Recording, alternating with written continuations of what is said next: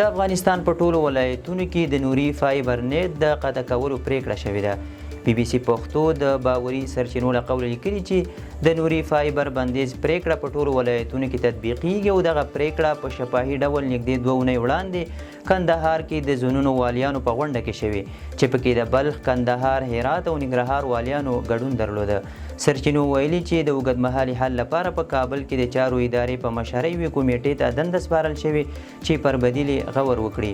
بلخ لومړی ولایت شو چې د نوري فایبر نیټ خدمات یې قطع کړي دي. د یاد ولایت د والي ویان عطاالله زید پر خپله ایکس پاڼه لیکلي د طالب مشرتابه د حکم پر بنسټ دغه ولایت کې د منکراتو د مخنیوي په موخه کیبلي انټرنیټ قطع کړی دی. همداراز د ننګرهار د اطلاعاتو امیر قریشي بدلون ویلي چې د مشرتابه د شفاهي حکم پر بنسټ ښایي نږدې ورځو کې د ننګرهار په ګډون ټول هیواد کې د نوري فایبر بندیز پریکړه تطبیق شي.